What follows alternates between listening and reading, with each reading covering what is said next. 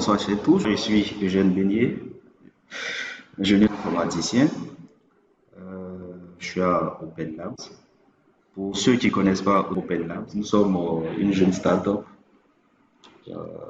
et nous sommes nous sommes passionnés en fait de l'informatique.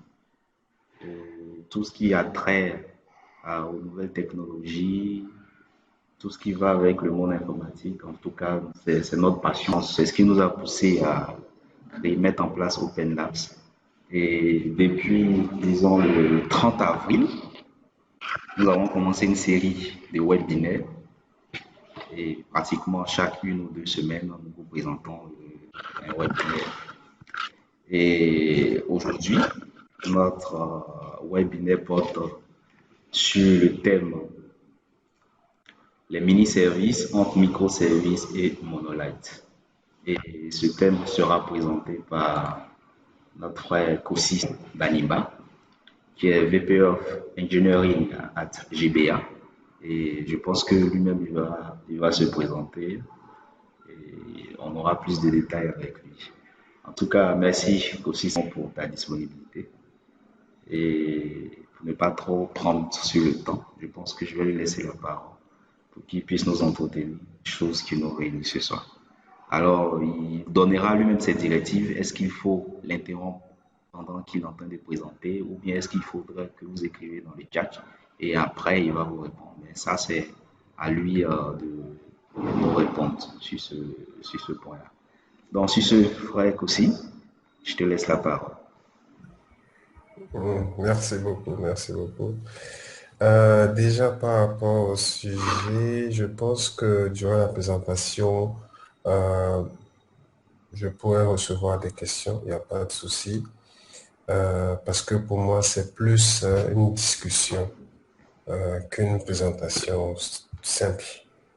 Donc, pour ne pas perdre trop de temps, je sais qu'il y a beaucoup de gens qui sont là, qui sont super occupés. Donc, on va passer rapidement au vif du sujet.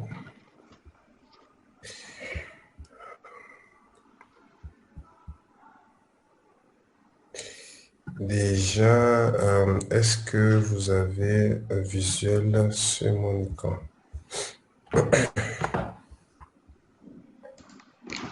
Oui, pour moi, je vois. C'est visible. D'accord, c'est parfait, c'est parfait. Donc, comme l'a dit mon frère, le sujet du jour, voilà, on va parler des mini-services qui est une sorte de, je peux dire une philosophie. On essaie en fait de trouver les bons côtés entre les microservices et puis les monolithes. Alors, pour commencer, je vais me présenter. Moi, c'est Kossis Senom Baniba. Je suis VP of Engineering à GBA. En termes de background, j'ai eu à faire le génie électrique et j'ai laissé tomber pour continuer et me spécialiser en informatique. Voilà. Donc, j'adore beaucoup m'amuser avec tout ce qui est électronique, IoT et tout ça. À partir du moment que ça n'explose pas, ça me va. Alors, si vous voulez me contacter, vous pouvez me suivre, je pense, sur Twitter, @Baniba. Je suis souvent présent là-bas. En termes de contribution, dernièrement, j'ai eu à travailler sur Orange et moi Sénégal, officiellement en tant que lead front-end. Voilà, donc Orange et moi, c'est une application qui permet aux clients Orange voilà, d'acheter du crédit ou même payer avec leur compte Orange Money et tout ça. Voilà. Et présentement, je travaille sur le D-Platform qui est en fait la plateforme derrière GBA qui permet aux clients ou bien qui nous permet à GBA de mettre en contact le client et puis le talent. Donc, on a des entreprises dans le monde entier qui viennent demander qu'on appelle des différents talents, que ce soit des project managers, des développeurs, des graphic designers, etc. Donc, on a différents types de talents sur la plateforme et on a différents clients, petits comme gros. euh, on a les gros clients comme Orange, Air Sénégal, Free et autres, et d'autres clients qui sont en Europe, aux États-Unis. On a des talents qui sont éparpillés un peu partout dans le monde, aux États-Unis, en Europe, Afrique de l'Ouest, Est, Nord, etc. Donc, euh, jetez un coup d'œil à l'application qui est DBA Talent, qui est sur le Play Store et puis sur l'App Store. Alors, sur ce projet-là, je travaille plus en tant que software architecte et puis API développeur. Voilà. Alors, on va passer à l'agenda du jour. On va d'abord parler de l'architecture monolithique. Qu'est-ce que c'est, comment bien le faire. Ensuite, on va parler de l'architecture microservice. Quels sont les avantages, les inconvénients et tout. Et après, maintenant, on va atterrir dans le monde des mini-services. Alors, ce qu'on ne verra pas, j'ai essayé d'éviter toute présentation de code ou bien de script ou quoi que ce soit parce que je me dis il y aura beaucoup de gens qui connaissent différentes technologies. Donc, pour ne pas se focaliser sur une seule technologie, j'ai essayé de faire quelque chose d'un peu plus général qui va permettre maintenant à chacun d'entre vous d'aller voilà, implémenter cela chez vous à votre manière par rapport à votre technologie, puisque je ne connais pas forcément toutes les technologies. Voilà, donc j'ai essayé de faire un truc un peu général et j'espère que ça va vraiment apporter quelque chose à votre manière de développer ou d'architecturer vos solutions. Alors, architecture monolithique, j'ai précisé modulaire. Pourquoi? Parce que l'une des raisons pour lesquelles euh, l'architecture monolithique est devenue, je veux dire, en parenthèse, quelque chose d'un peu négatif, c'est parce que il y a beaucoup de gens qui ne savent pas comment structurer leur application et voilà, ils font beaucoup de spaghettis, macaroni, tout ça mélangé. Et ce que ça crée, c'est que ça crée beaucoup de problèmes après. Donc, si vous voulez aller vers une architecture monolithique, assurez-vous quand même de bien structurer un module et tout. C'est-à-dire qu'à l'intérieur, qu'on puisse savoir quelle partie du système s'occupe de telle fonctionnalité, etc., etc. Donc là, par exemple, sur l'image qu'on a ici, par exemple, on voit très bien que c'est très structuré, n'est-ce pas? On a un module account, on a un module product, on a un module promotions, qui déjà, s'il y a un problème, on peut se dire, ah, ok, est-ce que ça vient de tel module ou bien de tel module? Vous voyez? Donc ça permet quand même de mieux développer et de mieux maintenir la solution. Alors, pourquoi je dis que le statut monolithique n'est pas forcément mauvais? Je peux vous donner un exemple concret, hein. Si vous prenez par exemple GitHub, oui, oui, le grand GitHub, ils ont commencé avec un statut monolithique jusqu'à dernièrement, hein, juste à peine 1 ou 2 ans, qu'ils ont commencé à bouger vers les microservices. Donc, juste pour vous dire que voilà, ça peut quand même marcher si vous avez bien sûr assez d'argent pour mettre un maximum de gens dessus pour pouvoir le garder en bonne santé. Voilà. Alors, en termes d'avantages, il y a une certaine simplicité de développement, puisque voilà, c'est une seule application, une seule unité. Donc, devant vous, vous pouvez facilement bouger vos choses comme vous le voulez. Vous cherchez un truc, vous rapidement trouver. Alors, c'est efficace à petite échelle. Voilà. C'est-à-dire que, par exemple, vous commencez une architecture, un projet avec un statut monolithique. Au début, vous n'allez pas sentir grand-chose, hein. Ça sera très vite, vous serez content.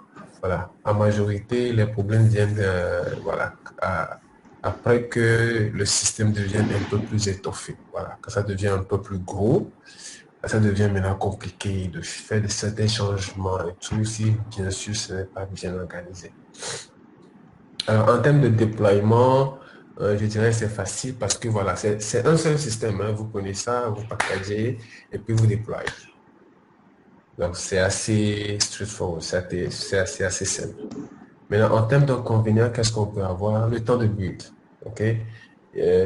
Si vous travaillez sur un gros projet basé sur une structure monolithique, ce qui peut se passer, c'est que à chaque changement de code, vous avez envie de tester, par exemple, vous allez lancer la compilation et tout, vous allez attendre 3 minutes, 4 minutes, parfois même 5 minutes, ça m'est arrivé, avant que le code ne soit compilé. Ok, maintenant, imaginez ça, je ne sais pas, 5 à 10 fois dans la journée. Essayez de voir combien de temps vous avez perdu. Maintenant, en termes de déploiement de toute l'application, maintenant, là, de quoi est-ce qu'on parle? C'est que à chaque fois qu'il y a un changement, il faut redéployer toute l'application. Même si vous avez changé juste une ligne de code, il faut redéployer toute l'application, ce qui n'est pas forcément optimal, n'est-ce pas? Maintenant, en termes de scaling, hein, c'est-à-dire lorsque par exemple la charge augmente, il y a beaucoup d'utilisateurs et tout ça, le système commence à ramer et tout. Alors, avec une institution monétique, qu'est-ce qu'on peut faire?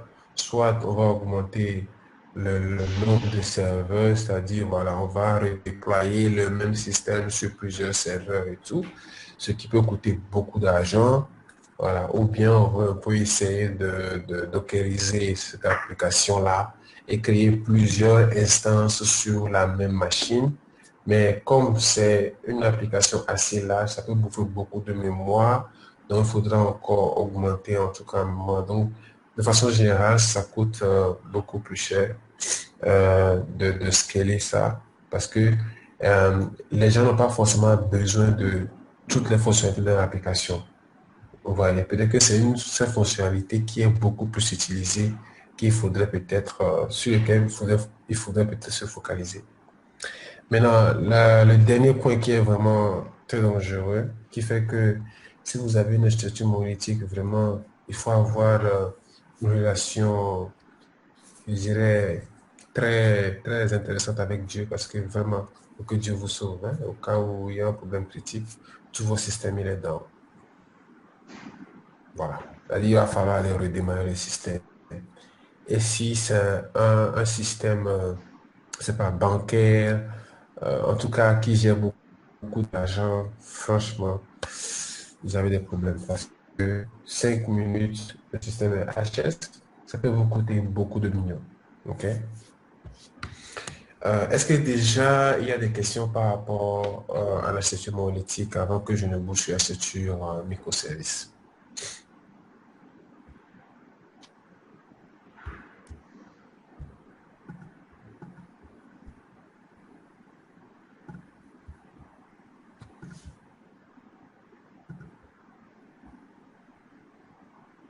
Aucune question?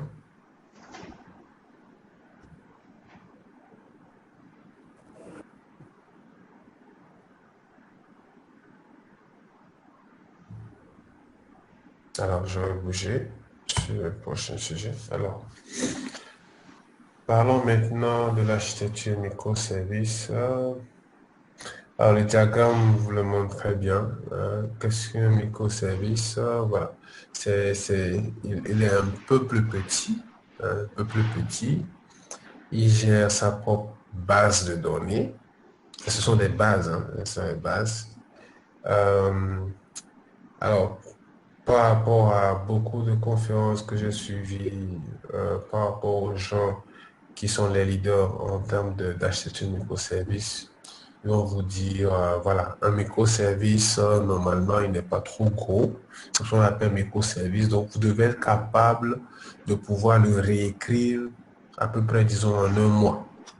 Voilà, ça, c'est-à-dire, voilà, si vous n'arrivez pas, ou bien vous voyez votre service, vous regardez tout ce qu'il y a dedans, que vous ne pouvez pas réécrire ça en un mois, il y a de fortes chances que c'est trop gros pour être un microservice. OK? Ça, c'est un. Maintenant, un système microservice, il y a plusieurs instances, ça communique et tout. Donc, il faut mettre en place une infrastructure, il faut traquer les communications et tout. Bon, voilà, c'est tout un autre monde. Donc, en termes d'avantages, ce qu'on peut dire, c'est que c'est petit. Comme c'est petit et c'est focalisé sur une seule responsabilité, voilà. Quand un truc ne marche pas, on sait exactement où aller. OK? On n'a pas besoin de se promener, de devenir un explorateur pour savoir où se trouve le problème. Alors, c'est efficace à grande échelle. Pourquoi? Parce que quand il y a beaucoup de demandes ou bien qu'il y a beaucoup de charges, on peut savoir exactement euh, là où se trouve la demande. Donc, au lieu de scaler toute la plateforme ou bien tout le système, il suffit de scaler juste ce service-là qui est le plus demandé. Donc, ça fait qu'on gagne ou bien on économise en termes de ressources. N'est-ce pas? Alors, déploiement, voilà. Le service, comme il est très petit, c'est facile de le déployer. OK? Le temps de build, c'est très court parce que encore, c'est petit. Il n'y a pas beaucoup de code. Peut-être 1000 lignes, 2000 lignes de code, je ne sais pas. Mais en tout cas, ça devrait être à, assez rapide à builder. L'autre chose, c'est que le système est plus résistant aux erreurs critiques. C'est-à-dire, si vous avez une plateforme, par exemple, et que dans cette plateforme-là, vous avez, je ne sais pas, 50 microservices, franchement, à moins que c'est la troisième guerre mondiale, je ne sais pas, ça m'étonnerait que tous ces 50 microservices-là soient down. OK? Il peut arriver que un ou deux soit, voilà, soit HS et les gens pourront continuer à utiliser votre application ou bien votre système le temps que euh, ces services-là reviennent en ligne. Maintenant, bien sûr qu'il y a des exceptions. Par exemple, si vous avez un service qui gère la sécurité, n'est-ce pas, et que ce service-là est HS, voilà, ça risque de bloquer beaucoup de choses dans l'application si vous n'avez pas bien architecturé. Donc, ça dit que je viens, par exemple, pour login, je ne peux plus login. Donc, je ne peux même plus rentrer dans le système. Donc, malgré que les autres services sont en ligne, fonctionnent bien, parce que le service qui gère la sécurité, la autorisation, tout ça, est HS, je ne peux plus rien faire. Ouais. Donc, il faut aussi bien architecturer son architecture écoservice. Inconvénient, voilà, monitoring. Monitoring, voilà, c'est-à-dire savoir ce qui se passe à l'intérieur du système. Quel service a fait quel service, qui a fait quoi et tout ça. Alors, plus le nombre de services augmente, plus il est un peu difficile vraiment de savoir ce qui se passe, de traquer les différents appels et tout.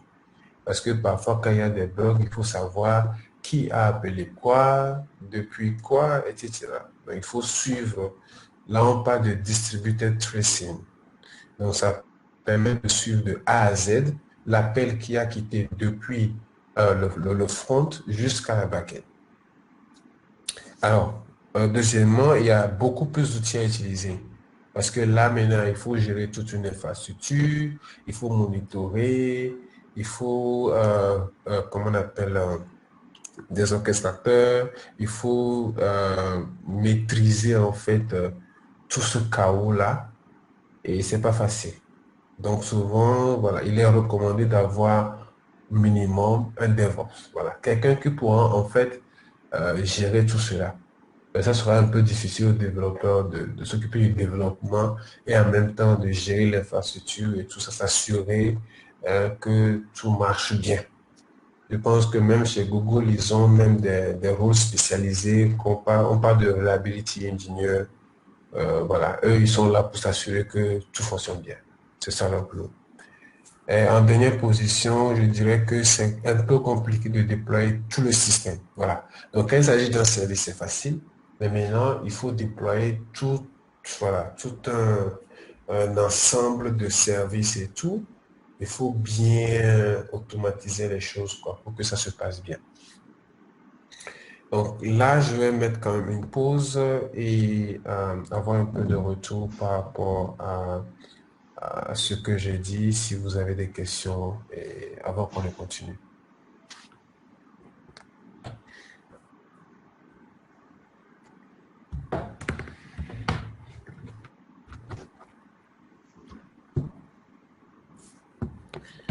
Si vous parlez, vous avez votre micro sur le mute. Alors.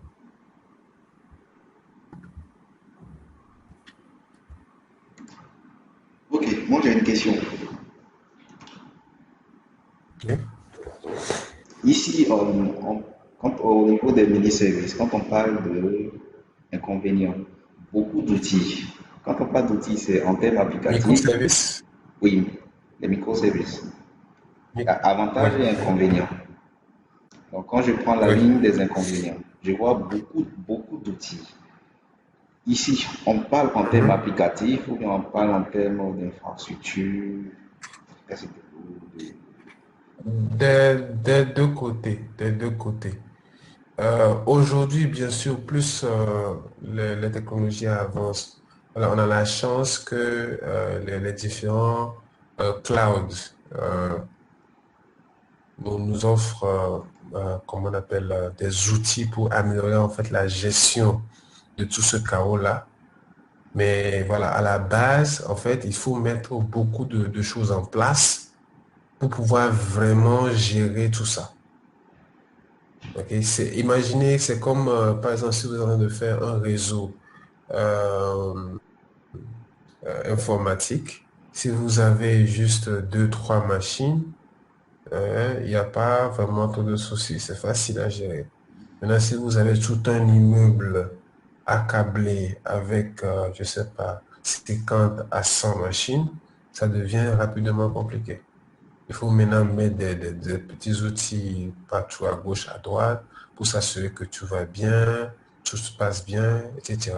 Donc, quand je dis beaucoup plus d'outils, je peux vous en citer un. Il y a, par exemple, que ce soit au niveau de Docker, de Kubernetes, des choses supplémentaires à maîtriser pour le développeur.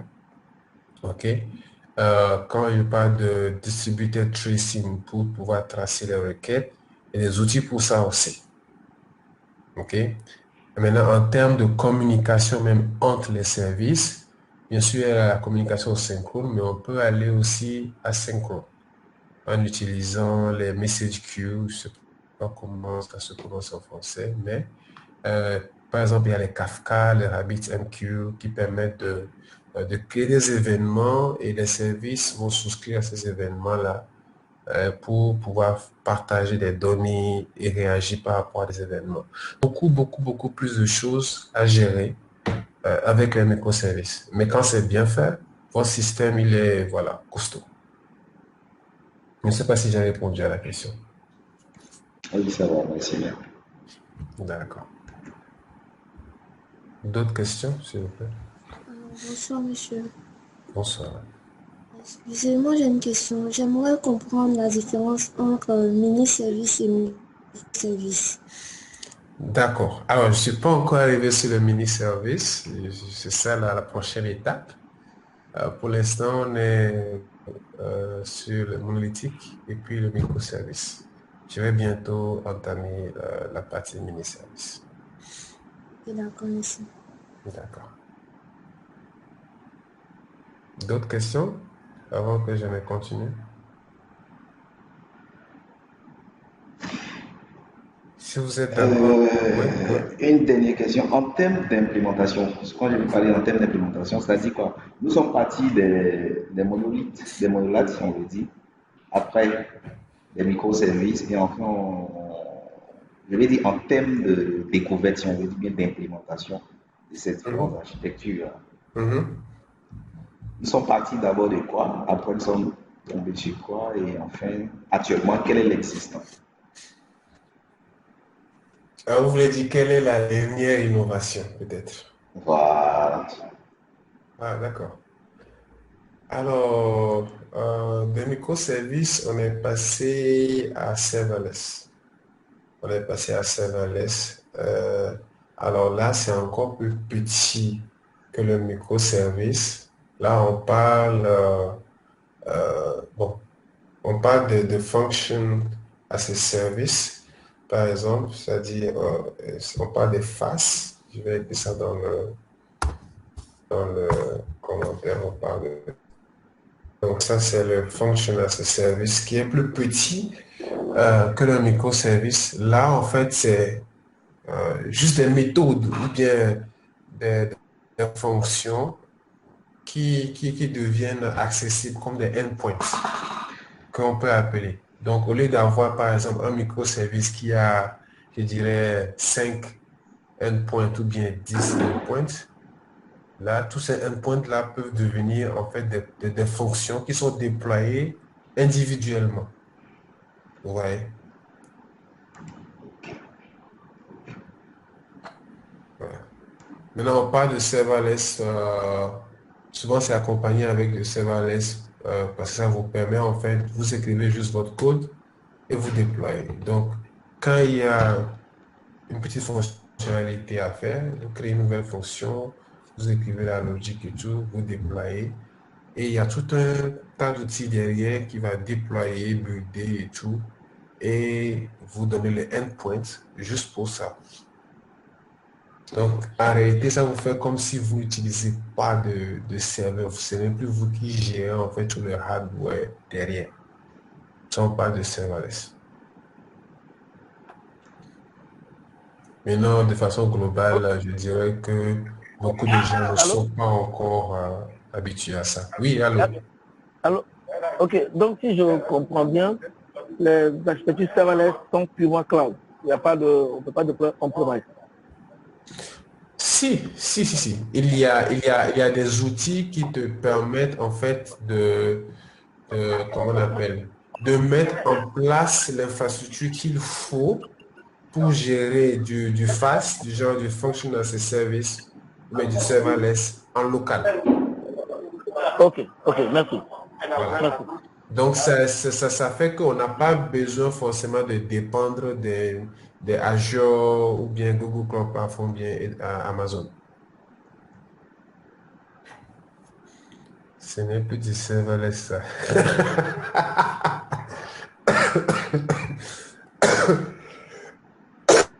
Excusez-moi, c'est pas... alors, ce n'est plus du serverless. C'est toujours du serverless. Pardon. Oui, alors, je peux? Oui, vas-y. Bon, c'est pour taquiner mes gens. Si je fais du serverless, c'est pour ne pas avoir à m'occuper de tout ce qui est infra et tout. Mais à partir du moment où il y a des offres qui me permettent de ramener l'infra chez moi en local pour refaire ce qu'il faut faire et tout. Le serverless, en fait, c'est par rapport à comment on appelle ça, à la personne qui va le plus utiliser, ou bien par rapport, c'est une affaire de perspective. C'est-à-dire que du point de vue de Google, par exemple, qui vous offre le service, c'est pas du serverless, hein. Il y a plein de serveurs derrière, n'est-ce pas? Mais de vous, votre point de vue qui est développé, voilà, vous ne gérez pas de serveur, donc pour vous, c'est serverless. Donc voilà, donc si par exemple, j'ai un client qui me dit il veut faire du serverless, pour que ces développeurs puissent voir ça comme du serverless, c'est-à-dire ils viennent, ils codent, ils push, c'est déployé, on utilise. Il n'y a pas de complications, tout ça. Donc de leur point de vue, c'est du serverless. Mais de moi, mon point de vue qui va installer le système et tout, c'est pas du serverless, bien sûr. Donc ça dépend du point de vue. Voilà, c'est comme, voilà, c'est du OpenShift, voilà. Il y a OpenShift. Si je comprends bien, c'est du serverless, mais pour du private cloud. Mais il y a quelques garçons à photo. On peut voir ça comme ça, on peut voir ça aussi comme ça, ouais. Ou bien tu peux te forcer pour enlever Facebook. Oui. En fait, c'est le point qui me dérange, ça. À partir du moment où tu commences à dire que je fais un cloud privé, tu n'es plus en mode serverless. Mais tu as pris sur par C'est Moi, pour dans exemple. ça ma que boîte, je on fait du précise que le développement. T'as rien serverless fait. ne veut pas dire qu'il n'y a plus de serveur. Mhm. Le pas le nom là même qui a été Euh, choisi est un peu bizarre. Mhm. Ok, il ne faut pas je comprendre ça du finis à genre 22 heures, serverless, ça je veut vais dire vers 23 heures. Bon, ce que c'est tu vas faux. faire, Il faut juste comprendre qu'en fait, il y a toute une chaîne mais quand tu as... d'outils derrière Il faut descendre qui pour voir si permet Maxime est là. d'automatiser un certain nombre de choses qui fait que l'utilisateur principal Ici, il y a un ce dans le système-là sac là. ne sent plus Là, c'est plat, besoin puis de rouge. Tu gérer vois, en non? fait Mais on ce tourne. serveur-là de façon Tu automatique. vois, non? Voilà. Donc, tu Donc, ça veut regardes sur dire la bouteille, hein, qu'avant, le sens qu'ils ont pour mis. une Hein. action, on passe Ils font une forcément par un flèche service, haut, ça va quelque alors que part. là, Tu essaies de faire ça. la fonction n'est plus dans le boundary du microservice. On Si, l'appelle si directement. tu peux pas On voir l'appelle si je fais directement, sortir voilà. On le l'appelle fait, tu vas directement. préparer dessus. Donc, si on prend par Tu le fais sortir, exemple tu ne déranges pas les autres là. Quand il y a le une cas flèche. de, je sais pas, d'un contrôleur, on peut dire un contrôleur au niveau de Spring Boot ou bien de ASP.NET par exemple. Par exemple, votre contrôleur, il va contenir peut-être plusieurs endpoints, n'est-ce pas? Maintenant, ces différents endpoints là, ça peut être des fonctions différentes. Donc, ça va faire que vous avez des petits bouts de code, voilà, qui sont déployés, qui sont très faciles à remplacer. Si demain vous changez la logique, vous avez une meilleure façon de l'implémenter. Donc, en fait, c'est cette facilité-là de pouvoir remplacer rapidement le code qui est très intéressant au niveau de function as a service. Donc, peut-être que dans le futur, on pourra en parler. Je pourrais vous démontrer comment ça fonctionne. OK. Donc, je pense que je vais continuer. Maintenant, on va rentrer dans le vif du sujet. Les mini-services. Bon, je pense qu'il y a beaucoup de gens ici qui pensent très fort qu'ils font du microservice. Une fois que je vais parler des mini-services, je pense que beaucoup vont comprendre qu'ils font du mini-service et pas du microservice. Mais bon, on va y aller mollo. Alors, de façon globale, voilà comment à peu près est représenté en fait les différents types d'architecture dont je parle, c'est-à-dire le monolithique, c'est ça qui est ici appelé macro-service, pour dire en fait que c'est gros, quoi. C'est très gros. Et souvent, ce qui est très, ce qui nous permet de rapidement reconnaître les applications monolithiques, c'est que c'est un seul bloc, n'est-ce pas? Un seul bloc, ça utilise peut-être une seule base de données, tout est, voilà, unique. Et dedans, maintenant, il y a les différents modules dont je parlais, par exemple, les différents modules qui vont faire différentes choses. Et lorsqu'on part de là, on rentre en mini-service. Ce qui se passe, en fait, c'est que on va maintenant séparer ces grands modules-là et leur donner, en fait, leur propre, je dirais, environnement, ou quelque chose comme ça. C'est-à-dire qu'ils seront déployables indépendamment. Vous voyez?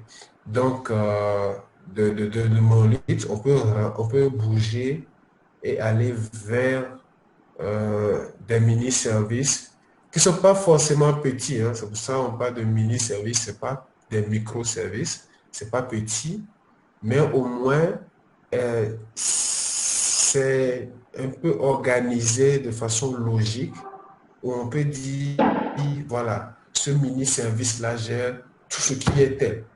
Ce mini-service-là gère tout ce qui est tel. Vous voyez? Et maintenant, l'une des choses, en fait, qui permet d'aller un peu vite ou bien qui rend les mini-services un peu plus facile à gérer, c'est que ils peuvent partager les données s'il le faut. OK? Comment on appelle? Ils peuvent partager des classes ou bien des librairies qui vont contenir peut-être des logiques qui sont communes. Une logique, non, je sais plus quoi. Qui sont communes à ces différents services-là. Donc, ça permet en fait de non seulement séparer un peu les choses, mais aussi de partager du code et aller un peu plus vite. De là, maintenant, on passe au microservice où maintenant chaque fonctionnalité va avoir à lui tout seul sa base de données et tout. Donc, il n'y a pas vraiment de partage au niveau des bases de données. Zéro partage. Ça, si vous le faites, évitez. Là, vous n'en parlez même plus de microservices. Ça, c'est l'une des choses fondamentales. OK? Et donc, je pense que vous pouvez déjà voir la différence. Et vous allez voir les deux flèches en haut et puis en bas qui vous expliquent en termes de couplage. Vous allez voir que plus on tend vers le microservice, plus les choses sont un peu plus indépendantes et on est plus agile quand il s'agit de gérer certaines choses.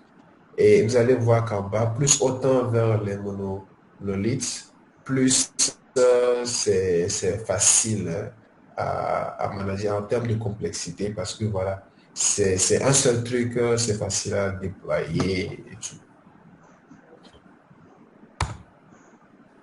Alors, supposons qu'on vous donne voilà, un projet tout de suite là et on vous demande voilà, de construire ou bien de développer une plateforme ou bien une application. Déjà, comment est-ce qu'il faut réfléchir? Alors, si vous n'avez pas une base assez solide en termes d'organisation de code et tout, on peut vous dire, bon, ok, le projet, dans le temps, on dit de faire telle chose. Voilà, je crée un projet que j'appelle tel, et puis je commence à coder. Et au fur et à mesure que je vois les différentes fonctionnalités, voilà, je code, je fais ce que je veux. Voilà. Et après, vous allez finir avec voilà, du très bon spaghetti, peut-être mélangé avec un peu d'attiéké, et vous ajoutez un peu de poulet dessus. Voilà. Maintenant, ce qui serait bien, c'est en fait d'essayer de comprendre en fait le projet et de déterminer les points critiques ou bien les différentes grandes fonctionnalités qui font partie de ce projet-là. Vous voyez? Donc, il faut parler avec le business ou bien avec les experts pour comprendre en fait quelles sont les grosses fonctionnalités.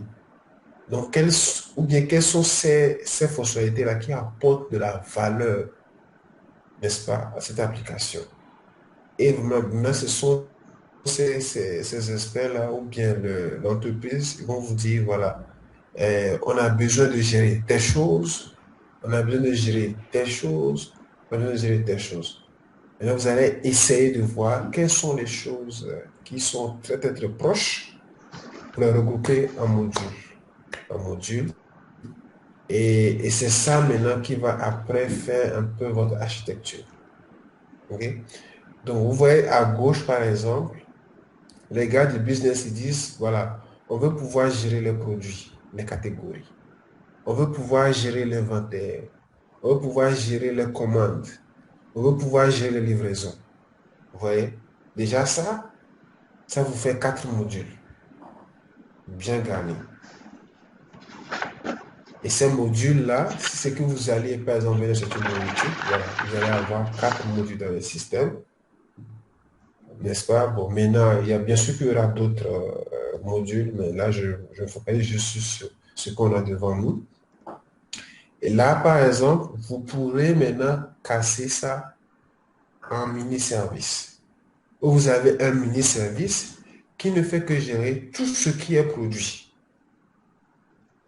Donc, ça fait que, quelles que soient les innombrables fonctionnalités qu'on va ajouter au produit, tout ça, le mini-service qui s'occupe des produits gère ça. Vous voyez? En termes d'inventaire, tout ça, on a un mini-service qui gère ça.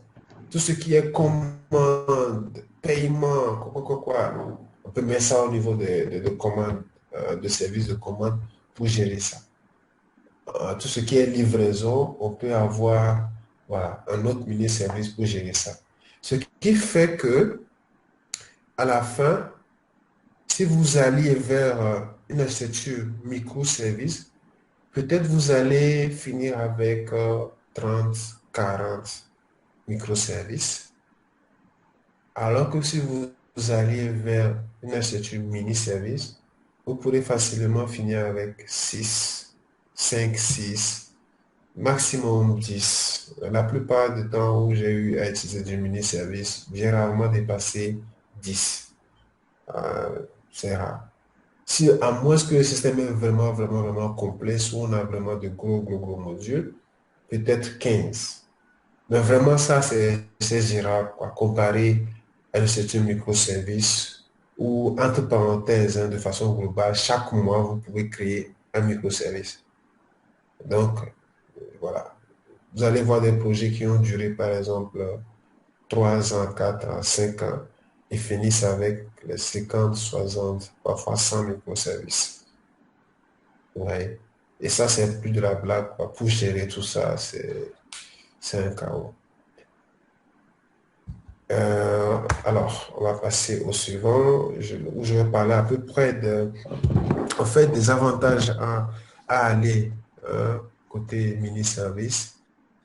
En fait, le but ici, c'est de trouver un équilibre entre monolithe et puis microservice. Vous voyez? C'est-à-dire de récupérer un peu les avantages côté monolithe et les avantages côté microservice pour faire un truc nouveau. Et c'est ce qu'on appelle un mini-service. Ouais. Donc, c'est quelque chose d'un peu plus pragmatique, plus pratique, que tout le monde peut faire. Parce que tout le monde n'est pas Netflix, tout le monde n'est pas Google. OK? Ne forcez pas, n'essayez pas d'être une entreprise que vous n'êtes pas. Vous n'avez pas 100, 400 000 développeurs. Donc, ne vous amusez pas à aller forcément là-bas parce qu'après, ça va devenir très compliqué. Et souvent, comme on le dit, l'architecture, en fait, peut représenter comment l'entreprise elle-même est organisée. Vous voyez, vous avez un seul développeur, vous vous amusez à créer 20 services. Vraiment, je dois prier pour ce développeur-là. Il risque beaucoup. Ouais. Alors que par exemple, vous avez, je dirais, 3, 4 développeurs. Voilà, vous pouvez vous amuser avec les mini-services et dire par exemple que un développeur peut gérer un mini-service. Vous voyez, c'est gérable. Donc, il faut souvent aussi voir ça. Il faut une correspondance entre la composition de l'équipe et l'architecture que vous proposez.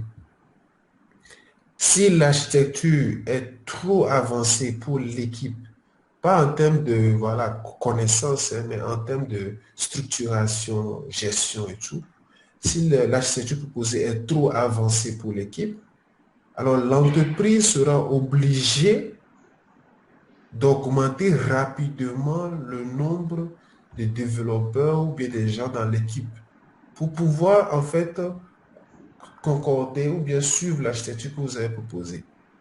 Vous voyez, s'ils ne le font pas, ils vont forcément mourir. C'est aussi simple que ça. Donc, il faut bien penser à ça. Alors, pourquoi il dit facile à débugger? Parce que, voilà, on a regroupé les choses en grandes fonctionnalités. Donc, si on dit, on a un problème avec le produit, bon, immédiatement, on sait que, voilà, on va aller au niveau du mini-service qui gère le produit. Aussi simple que ça. Vous voyez?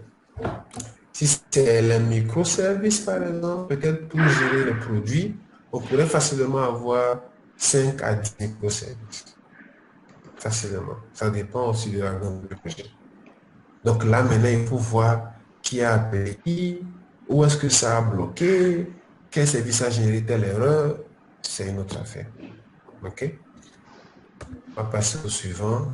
Le développement est plus rapide.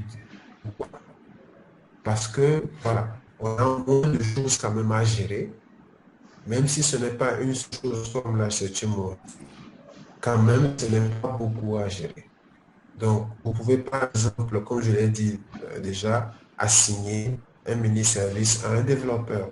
Le développeur peut même gérer 2 mini-services en fonction de comment le système est complexe. Donc, ça permet d'aller vraiment vite. Et aussi, on peut adopter une arborescence au niveau des dossiers où, En fait, tous ces mini-services-là sont dans un même projet. OK?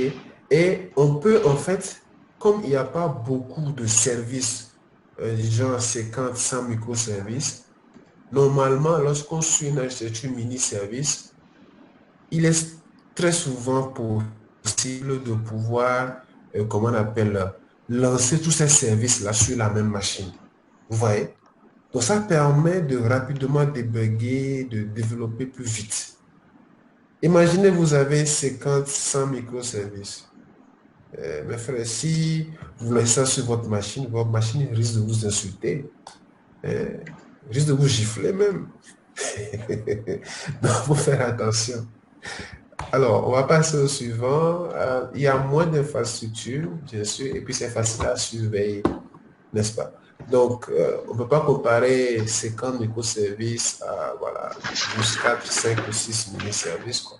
Là, au moins, vous pouvez rapidement. Imaginez, vous avez même, si vous avez même un moniteur, on appelle ça, un écran à côté, vous pourrez par exemple diviser l'écran là pour suivre en live les différents logs de ces mini-services là. Mais si vous avez 50 microservices par exemple, là, il va falloir mettre des choses en place pour pouvoir vous alerter, par exemple, sur certains problèmes. Il va falloir savoir quel service a appelé, quel service qui a appelé, quel service qui a appelé, quel service. Donc, même ça encore, il faut voir parce que c'est pas facile à gérer. Je ne vais pas vraiment être à la place de Netflix. Eux, ils disent qu'ils ont, je pense, plus de 1000 microservices.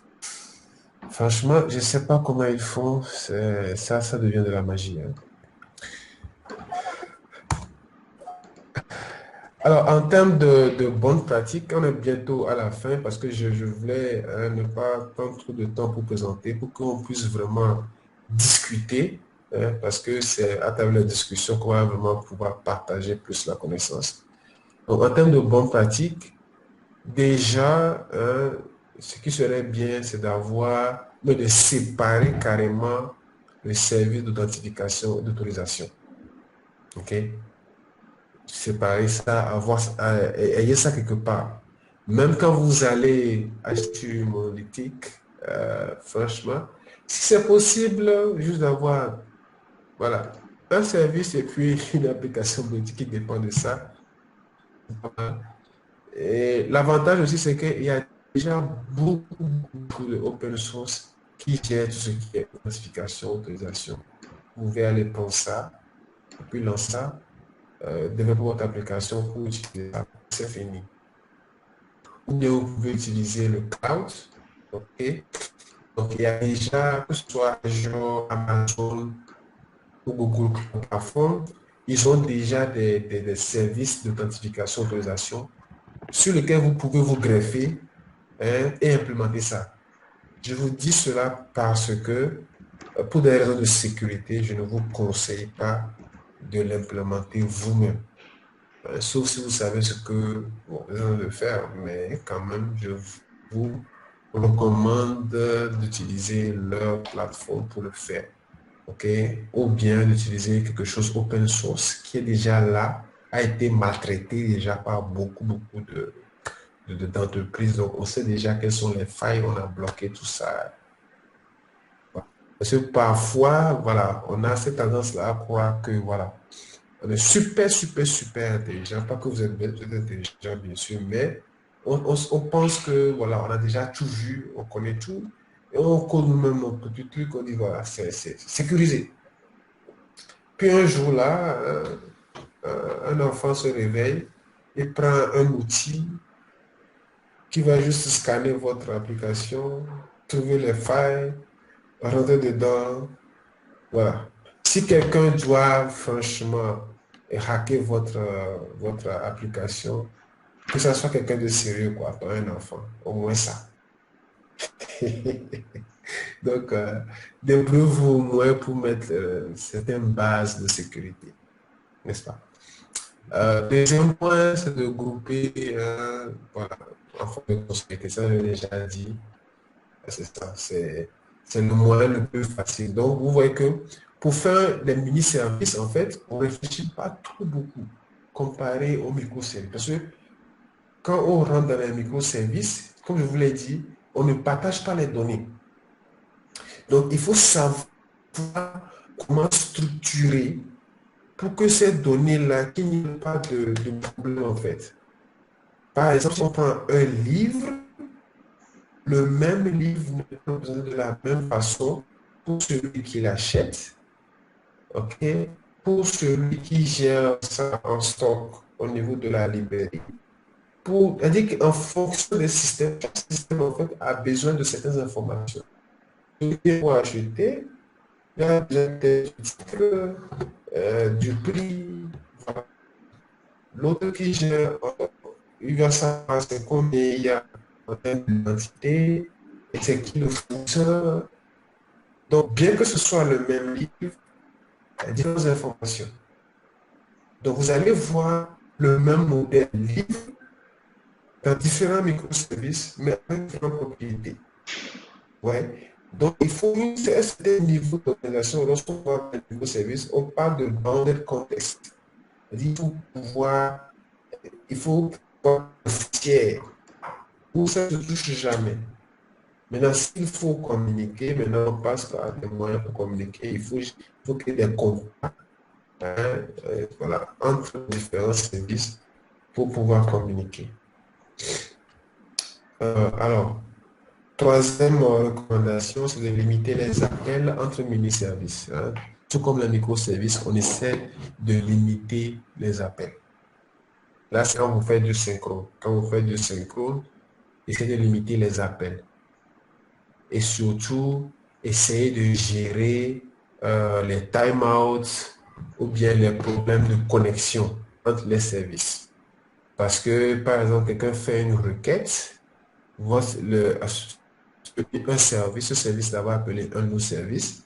Si l'autre service n'est pas là, il faut que le service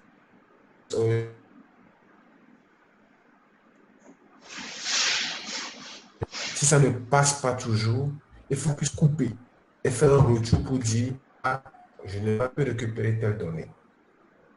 Si vous ne faites pas ça comme ça va peut-être rester là à tourner pendant un long moment. Et chaque navigateur a un temps maximal d'attente. Quand ça atteint ce temps-là, il va automatiquement couper. L'utilisateur va vous dire que ah, il y a un bug, ça ne fonctionne pas, etc. Donc, il y a beaucoup de choses à voir. Maintenant, en termes de, comment on appelle, de base de données, ce qui serait mieux, c'est d'avoir une base de données par mini-service. OK? Bien sûr qu'on a dit qu'avec les mini-services, on peut partager les bases de données. Mais ce serait mieux d'avoir une base de données par mini-service. Ça fait qu'après, lorsqu'on veut bouger en microservice, c'est un peu plus facile. OK? Avant-dernière chose, c'est de mettre en place un bon système de monitoring. Oui, ça aujourd'hui, il y a les outils qui aident. J'ai parlé de distributed tracing. Il y a aussi les services mesh. Les services mesh qui permettent en fait de contrôler le trafic. Ce sont des sortes de policiers qui permettent de contrôler en fait le trafic entre les services et vous donnent les différentes mesures, c'est-à-dire que il y a eu tel nombre d'appels sur tel endpoint, et il y a eu tel pendant tel temps. Donc ça permet en fait de suivre à peu près. Maintenant, la dernière chose, ça c'est très important, surtout pour un système qui est en production, c'est de mettre en place du load balancing. C'est-à-dire que une fois que vous avez déployé votre système sur un serveur, par exemple, ce serait bien d'avoir un second serveur ou bien un troisième serveur en fonction des besoins. Et, comment on appelle, au-dessus de cela, avoir un petit système qu'on appelle un load balancer qui va recevoir en fait les requêtes et puis les distribuer sur ces différents serveurs. Donc ça permet de gérer beaucoup de charges, beaucoup de charges. Donc si vous respectez tout ça là, vous mettez tous ces points là en place, vous pourrez facilement gérer 10 millions d'utilisateurs voire 20 millions, 30 millions d'utilisateurs. Mais voilà, c'est ça. En Afrique, la plupart de nos systèmes, on gère rarement ce genre de nombre. À moins que ce soit une application, je sais pas, peut-être le réseau, les réseaux sociaux, ou bien un truc au niveau du gouvernement, où toute la population va utiliser ça. Voilà. Donc, la plupart des projets, la majorité, vous allez gérer, je pense, moins de 10 millions d'utilisateurs. Donc, dans ce cas, on n'a pas vraiment besoin d'aller forcément pour des microservices. Et même avec les mini-services, on peut gérer sans souci. Voilà. Donc, je vais terminer avec ce quote-là de Ross Garrett qui dit "Don't confuse architectural perfection with business." Alors, pourquoi j'ai mis ça là à la fin? Parce que il y a beaucoup de gens, ils vont vous dire, si c'est pas microservice, bah, c'est mauvais. OK? Ne vous engagez pas sur ces choses-là. Il faut étudier, il faut voir les requis et comprendre sur quoi aller. Mais ce qui est sûr, si vous allez sur du mini-service, pas que le mini-service est parfait, mais c'est entre les deux mondes. Donc, c'est plus facile d'évoluer après. Donc, par exemple, vous avez besoin de faire le MVP, je ne sais pas, d'une plateforme bien d'un produit. C'est plus facile d'aller vers du mini-service, vous développer et tout. Ça marche bien. Maintenant, après, quand il faut aller, je ne sais pas, développer maintenant à un autre niveau, c'est-à-dire il y a beaucoup de gens qui utilisent, il faut améliorer et qu'on veut aller maintenant avec du microservice. Ce qui va se passer, c'est quoi? Le business doit prendre beaucoup plus de développeurs et ces développeurs-là maintenant vont créer à partir des mini-services, les microservices qui vont servir voilà, le futur de ce produit-là. Donc, ne vous enfermez pas dans voilà, la perfection au niveau de l'architecture, tout ça, parce que le client, lui, il veut son truc et rapidement. Comment vous vous êtes débrouillé, c'est pas trop important pour lui. Donc, soyez rapide, sans pour autant aussi créer les mélanges de spaghettis à tickets, riz, tout ça là. J'ai pas envie d'aller à la Maison Blanche, passer beaucoup de temps là-bas.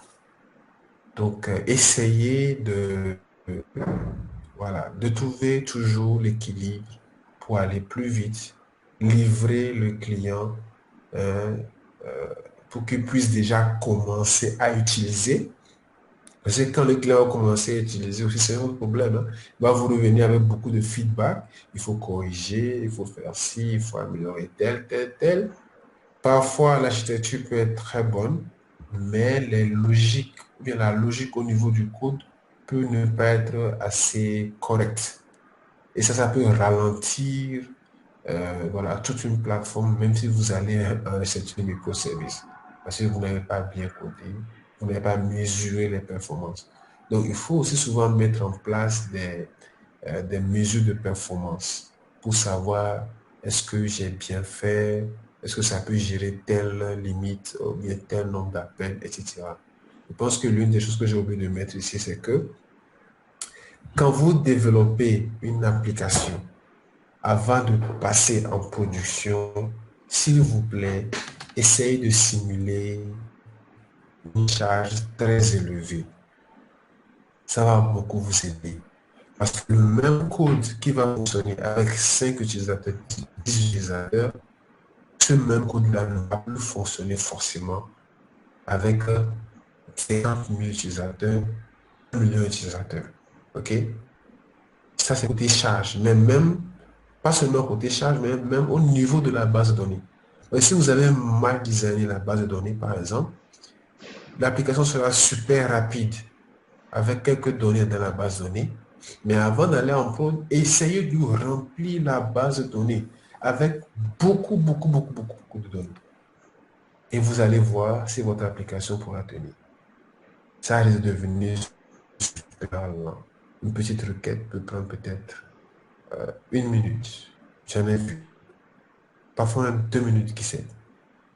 Donc, essayez de tester toutes ces choses-là. Essayez de vraiment vous assurer que vous avez au moins le minimum pour aller en prod et laisser vraiment tester vos systèmes. Je pense que là, je suis arrivé à la fin de la présentation, bien sûr, mais on va discuter. Ça, j'en suis sûr. Alors, allons-y, les questions.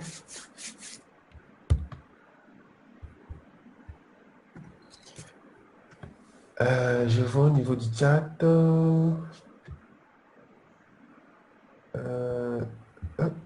Il y a eu beaucoup de choses au niveau du chat. Hein. Au niveau des micros, on n'a plus de app serveur. C'est quoi la différence entre app serveur et runtime? Intéressant. Est-ce qu'on peut aller directement sur des mini-services sans passer par la case monolithe? Oui, bien sûr. Comme je l'ai expliqué, il suffit de comprendre les grandes fonctionnalités de votre application et vous pouvez directement aller sur vers la création de ces mini-services-là, n'est-ce pas? Et donc, vous n'avez pas forcément besoin de passer par la case monolithe. Maintenant, l'une des choses qui peut vous aider lorsque, par exemple, on vous appelle pour une mission sur un ancien projet, par exemple, n'est-ce pas, qui a utilisé une architecture monolithique, il ne faut pas passer directement en microservice. Hein. Vous risquez de casser la baraque, quoi. Vous risquez de taper un gros poteau. Donc, il faut essayer maintenant de subdiviser le système étape par étape, étape par étape. Okay? Vous pouvez par exemple prendre une fonctionnalité et vous allez essayer de séparer cette fonctionnalité-là du gros système, n'est-ce pas? Avoir un moyen qui vous permet par exemple de diriger, je dirais, peut-être 20% des appels vers le nouveau système que vous avez créé et 80% vers l'ancien. Et vous comparez les différentes erreurs, tout ça qui pourrait arriver et tout. Si tout se passe bien pendant un bon moment, là, vous pourrez par exemple éteindre cette partie-là au niveau de l'ancien système et utiliser maintenant le nouveau système. Et ainsi de suite. Vous allez maintenant passer du monolithe vers un truc qui est plus proche du mini-service. Et ensuite, c'est encore maintenant plus facile de passer à un microservice. Par exemple, 5 développeurs pour un microservice. Est-ce que ça passe? 5 développeurs pour un microservice. Ça fait quoi? Ça fait environ 4 microservices à développeur. Ça devrait passer. Ça devrait passer. Si vraiment c'est des microservices, hein, faut qu'on soit clair. Si vraiment c'est des microservices, ça devrait normalement aller. Est-ce que le choix architectural n'est pas plus organisationnel qu'autre chose? Oui, je pense que je l'ai précisé, qu'il y a quand même une correspondance avec la façon dont une entreprise est organisée. C'est ça. Donc, par exemple... Sur ce point-là, excusez-moi de vous couper. Oui. Mais quand vous dites que c'est plus ou moins en fait, ça se rapproche de l'organisation de l'entreprise. Je prends un exemple tout simple. Hein. On suppose qu'on a une SS2I qui fait un logiciel pour un prestataire. La SS2I qui conçoit le logiciel, qui essaie de partir vers les mini-services, n'est pas organisée ou n'a pas l'organisation en fait du prestataire en fait. Donc plus ou moins, ça lui fait c'est dans quel cas? C'est dans un cas où par exemple l'entreprise qui conçoit le produit possède ses propres développeurs ou ça lui fait cette information peut-être ça lui fait s'appliquer par exemple une SS2I dans laquelle au fait en fait qui n'a pas l'organisation du produit qu'elle développe. Je ne sais pas si je me fais comprendre. Bon, déjà, je me dis, si vous développez un produit et vous n'avez pas ces informations de base-là, et que vous ne mettez pas en place un système de communication pour pouvoir qu'on a bien communiqué avec le client et comprendre certaines choses, vous êtes proche de l'échec déjà dès le début du projet. Donc, C'est justement à cause de ces choses-là que les différentes méthodes d'agir sont devenues célèbres parce que ça réduit quand même les différents risques au niveau comment on appelle, au niveau des problèmes que beaucoup de gens ont lancé avec les projets. C'est-à-dire, tu prends un truc, tu vas le développer dans ton coin, après tu viens, tu proposes à tout le monde. Et on se rend compte que les choses ont changé après. Donc, plus ou moins, c'est par rapport à l'organisation du métier pour lequel on conçoit l'application. Mais ça dépend. Quand je dis ça dépend, dans tous les cas, ça va correspondre à une organisation donnée. Que ce soit au niveau du métier ou bien que ce soit au niveau de l'entreprise. Pourquoi? Si on prend par exemple, on vous demande de créer un ERP, n'est-ce pas? Vous allez être obligé d'avoir des modules en fonction des départements. Il va falloir avoir un module pour le département marketing, il va falloir avoir un module pour le département, je ne sais pas quoi, comptabilité, parce qu'eux aussi vont utiliser leur partie du logiciel. Il va falloir avoir un module pour le département de je ne sais pas quoi. Donc, forcément, quelque part, on n'architecture pas le logiciel juste en l'air sans information. C'est-à-dire qu'il faut forcément architecturer ça en fonction d'une organisation donnée qui existe déjà. Et ça permet en fait à cette entreprise-là d'utiliser le logiciel ou bien le système de façon efficace. Parce qu'il ne faut qu'en fait améliorer ce qu'ils avaient déjà. C'est pour ça, parfois même, avant de parler de développer un système pour une entreprise, il faut déjà revoir même le process en interne de cette entreprise-là. Améliorer ce process-là et ensuite automatiser maintenant ce process-là. Si ce n'est pas fait, c'est problématique. Je ne sais pas si j'ai répondu à la question. Oui, ça va dans le sens de la définition que moi-même j'avais. Merci. D'accord. Je ne suis pas d'accord avec le mapping nombre de devs par microservice. D'accord. Vlad, je ne sais pas si tu pourrais intervenir pour mieux expliquer ton désaccord. Alors, lorsque tu expliquais, tu disais par exemple si on avait 4 développeurs et qu'on a 40 microservices ou bien 30 microservices. Donne-moi juste le prochain web business, c'est pourquoi. Un accord. Là, franchement, je ne suis pas du tout d'accord. Peut-être que je disais des bêtises. C'est adjectif, quoi. Et parce qu'en fait, quand tu vas dans une architecture microservice, c'est pour... Donc, c'est la date du... pour adresser une problématique d'une manière assez précise. Ok, c'est comment on appelle ça.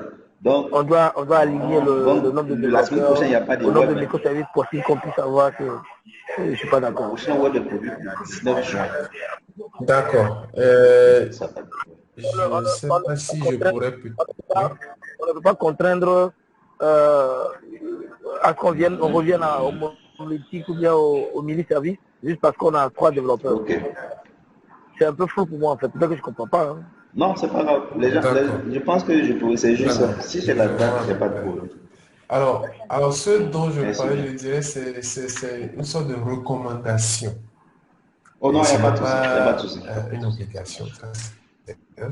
Parce que si tu as 4 développeurs et qu'il faut gérer 40-50 microservices, donc soit, je dirais en moyenne 10 services par développeur, on augmente en fait les risques d'erreur et tout ça là, parce que un seul développeur gère beaucoup de choses à la fois. Il ne faut pas oublier que chaque microservice gère des choses différentes, n'est-ce pas? Ce n'est pas la même chose. Donc, le seul développeur là doit maîtriser tous ces 10 trucs différents là.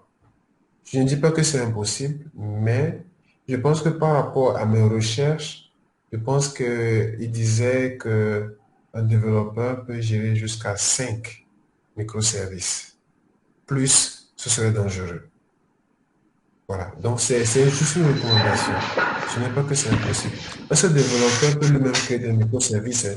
Mais voilà, il est recommandé voilà, de ne pas dépasser un certain seuil pour plus de qualité dans le code.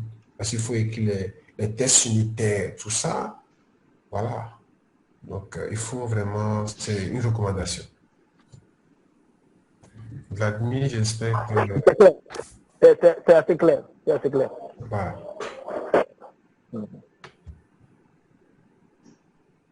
Mais j'ai une question. Oui. J'ai eu une problématique que j'ai vraiment de la difficulté à adresser. Tu l'as mis dans les inconvénients.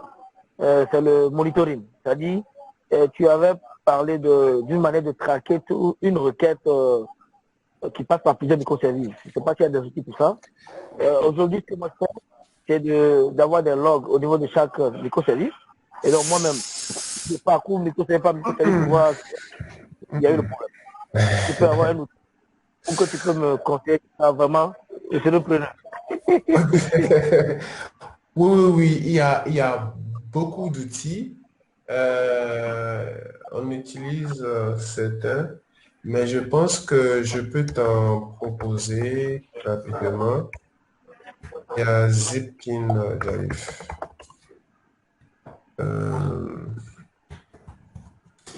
Alors, pour tout ce qui est, je sais que tu es un développeur .NET, donc tu peux utiliser OpenTelemetry. Donc, le OpenTelemetry, il va prendre tous les, comment on appelle, tout ce qui se passe au niveau des services et va l'exposer suivant un format donné. Ce format-là sera utilisé par un outil. Donc, on a déjà les outils comme, j'essaie de me rappeler, hein, il y a Jagger. Je pense que je vais écrire ça dans le chat. Jagger. Je pense qu'il y a un autre là, c'est Zipkin, un truc comme ça, je pense. Zipkin, oui, Zipkin. Voilà. Donc déjà, ces deux-là, tu combines ça avec... déjà, vous voyez mon écran, n'est-ce pas? Jagger, On voit. Jagger UI. Donc, je vais aller côté image. Voilà. On va rapidement ouvrir celui-ci. Bon, j'arrive, je vais augmenter un peu.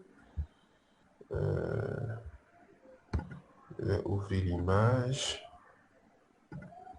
Voilà. Voilà à peu près à quoi ça ressemble Jagger au niveau du dashboard. C'est-à-dire que tu vois l'appel au niveau du front-end. Le front-end a appelé tel endpoint. Ensuite, c'est arrivé sur tel endpoint. Ensuite, ça a fait tel. Ensuite, ça a fait tel query MySQL. Et ça te donne le temps que ça a pris à chaque niveau. Tu vois? Donc, ça te permet en fait de vraiment traquer de fond en comble. Faut même pas essayer d'aller microservice si vous n'avez pas ce genre d'outil. Pourquoi? Parce que quand tout marche bien, il n'y a pas de souci, hein. Non, tout le monde est content. Mais quand ça commence à péter, si vous n'avez pas ce genre d'outil pour vraiment savoir où exactement se trouve le problème, c'est vraiment difficile à gérer. J'espère que j'ai répondu quand même à cette partie-là. Maintenant, voilà. Je vais essayer d'estimater ça ce week-end déjà. Et puis je te reviendrai s'il y a des soucis. D'accord, ça marche. Alors, oui, il y a aussi le stack ELK et puis EFK, Elasticsearch Kibana, qui est aussi assez utilisé, mais ça, c'est surtout pour gérer les logs et rechercher des clés dans les logs pour aller plus vite, au lieu d'ouvrir les logs de chaque service. On peut centraliser ces logs-là en un seul endroit. Et pour le faire, on utilise le stack Kibana, Elasticsearch, tout ça. Serge, je vois quelle approche utiliser dans le choix de partir sur du monolithe mini-service ou microservice S fonction du nombre de devs, du coût, ou bien c'est fonction du problème. Elastic fait du monitoring aussi. Bien sûr, c'est une sorte de monitoring, mais je ne suis pas sûr que ça fait du distributed tracing. Là, je parlais de distributed tracing qui permet de suivre l'appel de A jusqu'à Z, jusqu'à la base de données. Ça, je ne sais pas si Elastic le fait. S'il le fait, c'est pas mal. Comment ça se passe, c'est que quand l'appel quitte la fonte, il le fait très bien. D'accord. Ça, je vais voir ça après. Voilà. D'habitude, je préfère utiliser les outils qui ont été créés pour ça, mais si Elastic rassemble tout ça, vraiment, ça serait bien. Donc, Serge, par rapport à ta question, comment en arriver au choix? Comment en arriver au choix? Ça, c'est une très bonne question. Et c'est quelque chose, comment on appelle ça? C'est un process, en fait. Ce n'est pas un truc qui est... Oui? Moi, je n'ai pas compris. Hein. Analyser quoi, choix? Je n'ai pas compris la problématique. Sa problématique. Serge, est-ce que tu pourrais peut-être reposer la question, voilà, pour que tout le monde puisse écouter?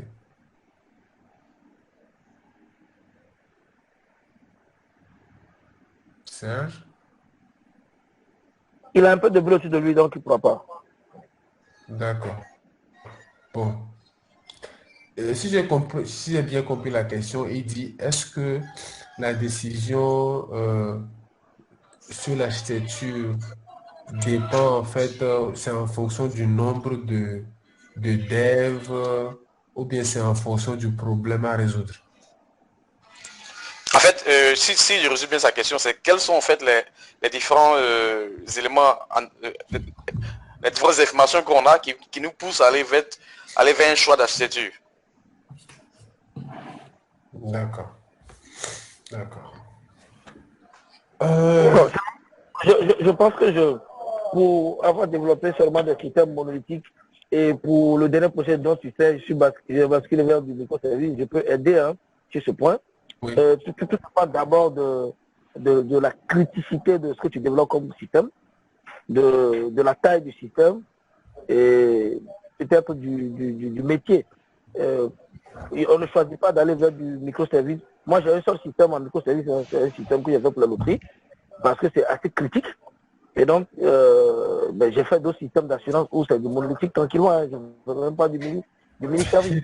Donc, je pense que pour mon expérience personnelle, en fonction de ce que je délivre, en fonction des difficultés que je pourrais avoir, en fonction des niveaux de flexibilité que je vais apporter à la plateforme, ça s'impose à moi d'aller vers un type d'architecture donnée en fait.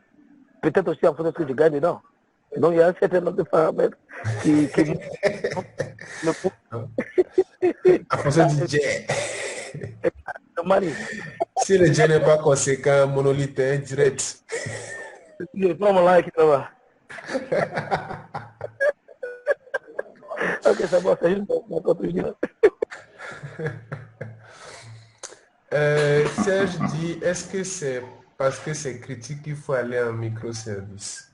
Vlad. Écoutez, moi je suis un businessman d'abord, ok? Je paye des gens chaque fin de mois, je paye le courant, je paye tout. Alors moi je peux te faire un système aujourd'hui en monolithique qui marche aussi bien que ce qui est fait en microservice. Tu me payes peut-être juste 10 000 $, je ne vais pas quand même fatiguer mes gars, aller faire recruter un DevOps, ok? Et puis tout cela. Je te fais un monolithique, je le pousse dans voilà, je le pousse dans le IS ou bien sur du Linux et puis la vie continue. Donc en fait, la criticité est très importante pour le choix du système et puis aussi de l'expérience de l'équipe de dev, d'un certain nombre de choses en fait. C'est assez complexe, hein. C'est d'abord des choix qui incombent le CTO généralement. Et lui seul te dira pourquoi est-ce qu'on doit faire comme ça. C'est ça. Comme je l'ai dit, c'est des choses, c'est tout un process en fait. On ne décide pas juste comme ça et ça prend du temps.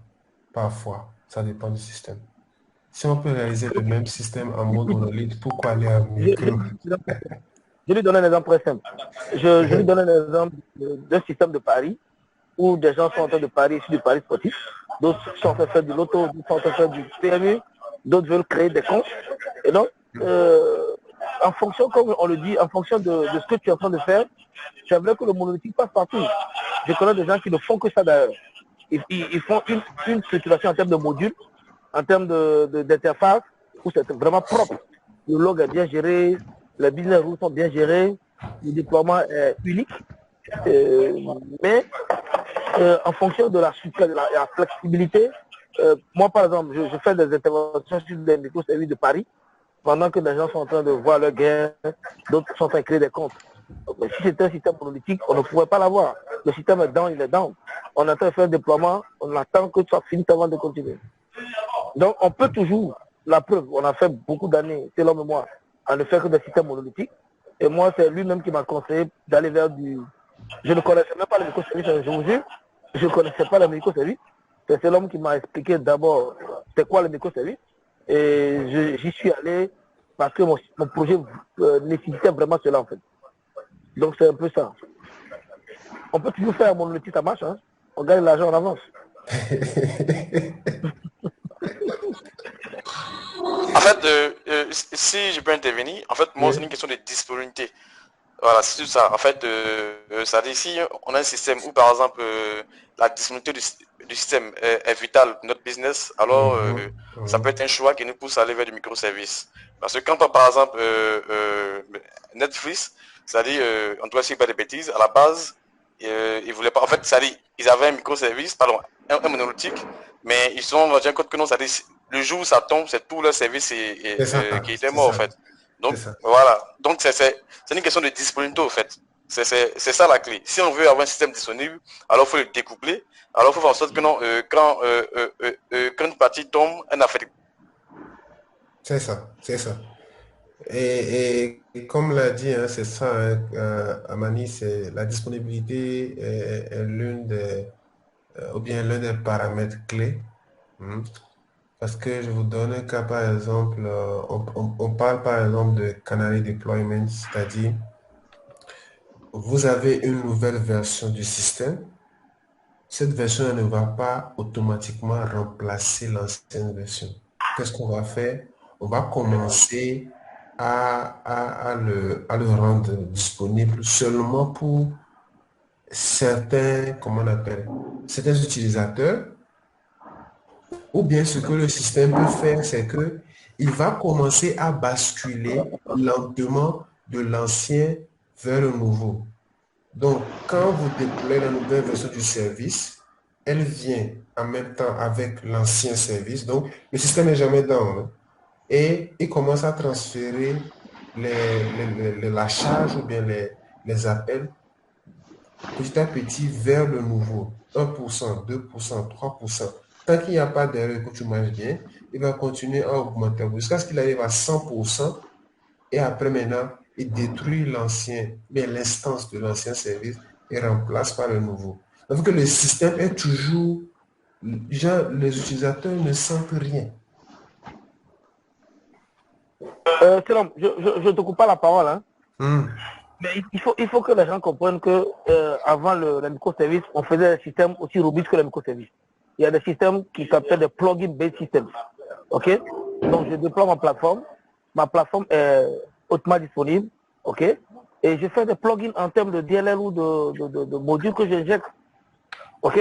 J'ai déjà expérimenté ça. On a fait de très gros systèmes pour l'automobile où ce n'est pas du microservice, mais ça a la même fonction. Déjà, une équipe de développeurs code un module, il le compile en une bibliothèque et puis on charge à chaud. Ça passe.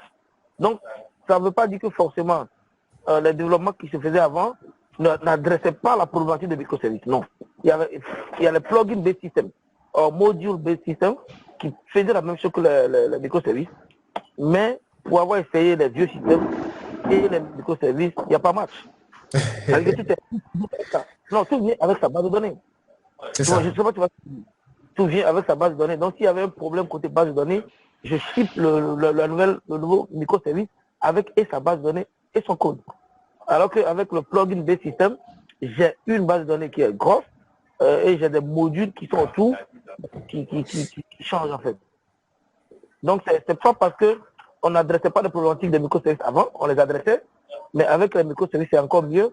Et surtout avec tout ce qui est Docker, DevOps, on ship plus facilement en fait. On peut bouger d'une plateforme à une autre. Je déploie localement, demain je mets sur Azure, le lendemain je mets sur du Amazon, le surlendemain je mets sur du Alibaba. Donc, il n'y a pas que la facilité de déployer le système, mais il y a plein de choses qui vont avec cette histoire d'architecture microservice. Ok. Bonsoir. Bonsoir. Bon, moi, je pense que aujourd'hui, il y a certains systèmes qui nécessitent obligatoirement des microservices. Il y a certains systèmes. Ou bien, bon, comme vous l'avez expliqué, on peut parler sur le microservice. On appelle comment même le mini-service. Donc, il y a des systèmes qui sont tels que dans le même système, il y a certains modules vraiment qui ne dépendent pas d'autres modules. Donc, la montée en puissance de ces modules-là peut être de telle sorte que un module peut impacter sur l'autre si on prend du monolithique. Donc, pour cela, forcément, on sera obligé de partir sur un système où on peut gérer les deux dans deux instances complètement distinctes. Même si on utilise la même base de données derrière. Mais pour avoir plus de performance, pour ne pas que les utilisateurs viennent, plus il y a les utilisateurs, on aura des problèmes. Si on va sur du monolithique. Bon, je vous coupe la parole. Je vous donne un exemple très simple d'un système très utilisé par tout le monde, mais qui n'est pas un microservice. Office 365 ou SharePoint. Vous voyez le nombre d'utilisateurs qui sont sur Office 365. Office 365 n'est pas développé avec une architecture microservice. Je ne savais pas. Moi, je sais pas que je suis un spécialiste de SharePoint et Office 365. On fait là-bas ce qu'on appelle quand j'ai oublié le nom, App Services, j'ai oublié le nom. Il y a une autre, c'est pour vous dire qu'en réalité, les microservices auraient pu ne pas être naîtres, mais les problèmes allaient être résolus autrement. Donc, il ne faut pas forcément penser, comme Célom disait, il ne faut pas vouloir ramener tout aux microservices, parce qu'il y a des systèmes qui sont là aujourd'hui, qui fonctionnent mieux que les microservices, mais qui sont là, qui adressent la même problématique. Donc, il n'y a pas, faut pas dire qu'il faut forcément que ça soit fait en microservice. C'est un design pattern, on n'est pas obligé de suivre en fait. Donc ça parce que moi je l'ai expérimenté, mais ça ne veut pas dire que tous les systèmes qui sont là, est-ce qu'on pourrait savoir que Office 365 qui fait des mises à jour tous les jours, je vais trouver le nom, j'ai oublié, il y a un autre modèle carrément, avec j'ai oublié le nom, une autre technologie carrément pour le faire. Vous parlez des architectures anti-service, c'est quoi? Les SOA là? Bon, il y a ça aussi, c'était là avant les microservices. Même si c'est pas la même chose, ça permet aussi de faire à peu près quelque chose pareil. Mais les services oriented architecture, c'est un peu plus lourd quand même que les microservices, je pense. Alors, il y a Serge qui demande qu'est-ce qui pousse alors à utiliser les microservices. Je pense qu'on a répondu, mais si ce n'est pas clair, peut-être qu'on pourrait encore expliquer. Moi, personnellement, je pense que c'est une affaire non seulement de disponibilité, d'utilisation efficace des ressources, quoi d'autre?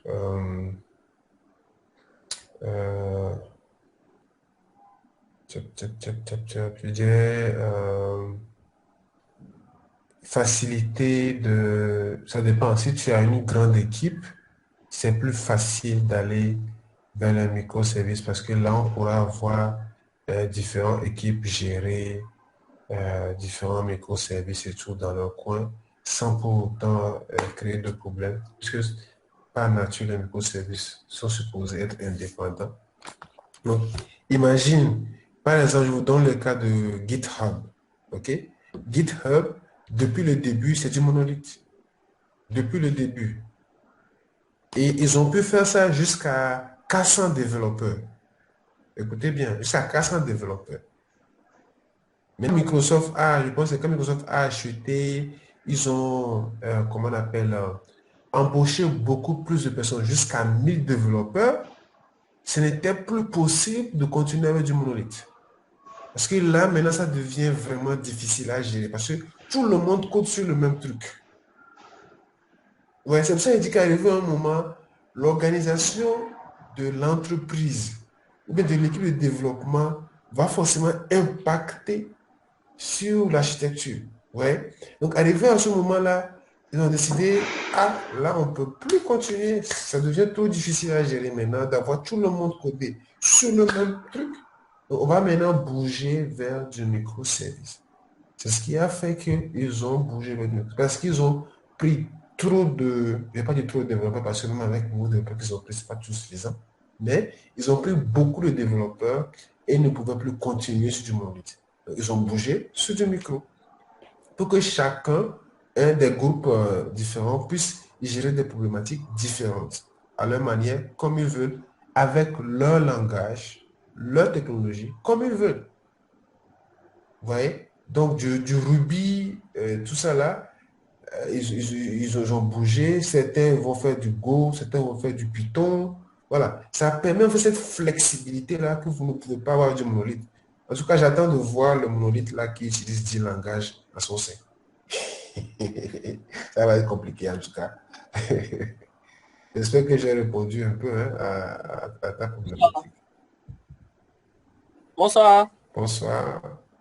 Effectivement, moi je suis plus d'accord sur le dernier point que vous avez évoqué là, c'est-à-dire en microservice, ça donne la latitude de développer en plusieurs langages, en plusieurs technologies facilement. Et chacun est indépendant, chacun tourne à son rythme, chacun tourne aussi à son aise. Et les mises à jour sont effectuées indépendamment. Et chaque système n'a pas besoin de savoir que moi, je suis en train de faire quelque chose ici, ça marche pas, ça marche ici, ainsi de suite. Donc, le système est carrément indépendant. Et ça, c'est la grande force des microservices. Et c'est ce qui fait qu'aujourd'hui, là, beaucoup d'applications, la plupart des grosses applications sont aujourd'hui vers les microservices. Surtout pour cette qualité-là. Aujourd'hui, dans un gros système, et c'est ce qui m'est conseillé même par la plupart des gens, c'est qu'on ne conseille pas de développer entièrement dans un seul langage. Or, avec les microservices, chacun fait son service dans le langage qui lui convient. Mais chaque besoin est adapté en fonction d'un langage bien précis. Par exemple, si je veux faire un truc, un input, output, je peux aller en Node parce que c'est plus rapide. Si je veux faire un truc robuste, très très robuste, je peux aller en Java. Donc vous voyez que de ce côté-là, ça commence déjà à montrer déjà toute la puissance des microservices. Donc, en fonction du besoin, je sais que non, je dois aller sur tel langage. En fonction du besoin, je sais que je dois aller sur telle technologie. Et ça, c'est l'une des plus grosses forces des microservices. D'accord. Alors, Serge nous revient avec une nouvelle question. Pourquoi ce n'est pas conseillé de faire en un seul langage? Je n'ai pas très bien compris. Je ne pense pas qu'on ait dit ici que ce n'est pas conseillé d'aller en un seul langage. C'est juste que quand votre entreprise grandit, soit vous allez rendre certains développeurs vraiment, comment on appelle, démotivés, tristes, parce que tout le monde n'a pas forcément envie, ou bien tout le monde n'a pas forcément la même maîtrise du langage que, par exemple, vous avez décidé d'utiliser. Ouais. Il y a des entreprises dans lesquelles, par exemple, on a un nouveau DT ou bien un nouveau directeur technique, il arrive, il dit, bon voilà, vous savez quoi, à partir d'aujourd'hui, on va faire du Python. Parce que moi, c'est du Python, je maîtrise, je veux pouvoir voir ce qui se passe. Donc, on va tous faire du Python. Alors, si, je dirais, 50% des gens maîtrisent bien Python, bien sûr, ça va aller. Maintenant, l'autre 50% qui ne maîtrisent pas Python, il y aura certains qui seront prêts à sacrifier le temps qu'il faut pour apprendre et suivre les directives du nouveau directeur technique. Et il y aura certains qui sont experts dans certains domaines ou bien dans certains langages qui vont se dire vraiment c'est une perte de temps et ils risquent de quitter ou bien ils vont quitter l'entreprise. Et c'est une perte énorme pour l'entreprise parce que ces gens-là qui étaient là, ils ont emmagasiné de l'expérience, de la connaissance, tout ça, par rapport à comment les systèmes fonctionnent. Vous voyez?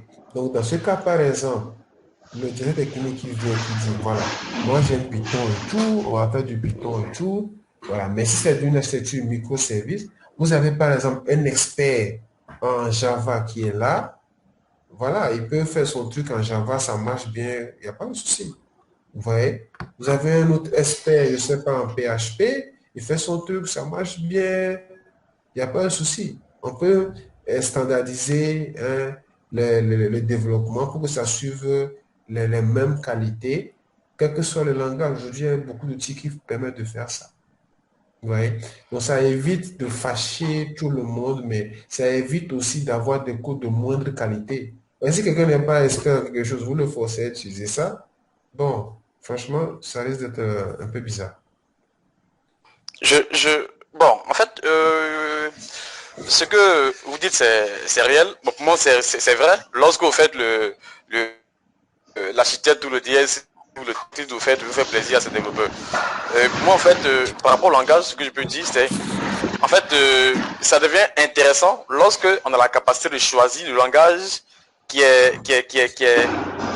adapté pour le cas de figure qu'on veut développer, c'est-à-dire pour le microservice. Voilà. Parce que si tu fais plaisir à un développeur, non, moi il fait du PHP, moi il fait du Java, moi il fait du Go. Faire plaisir, oui. Oui, je comprends. Voilà, on risque d'aller un peu. Mais vraiment, c'est le langage qui est adapté oui, en effet. C'est le langage qui est adapté à un besoin particulier. Oui, mais je peux vous donner un cas. Hein. On peut prendre deux personnes.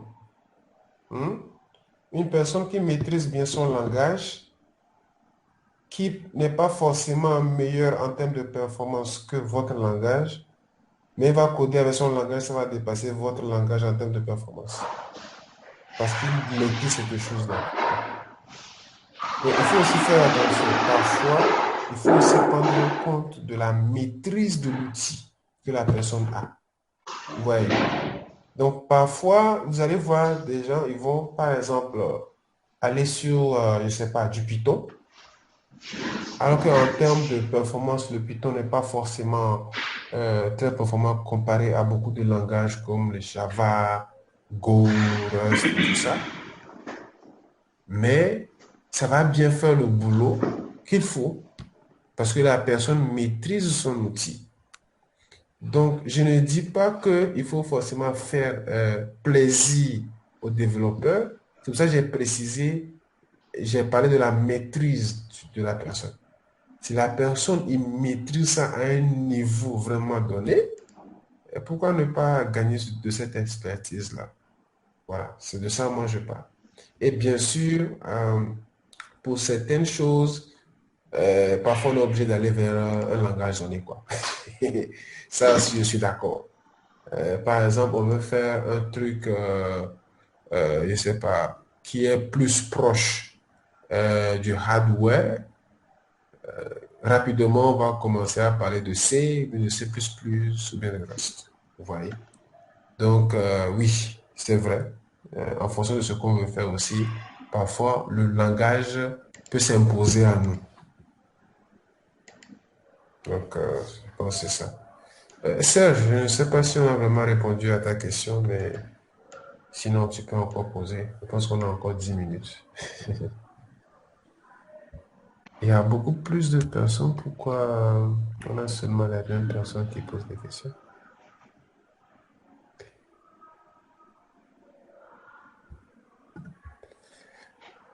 Alors, d'autres questions? De macro-service. Macro... bon, malheureusement, il est compris.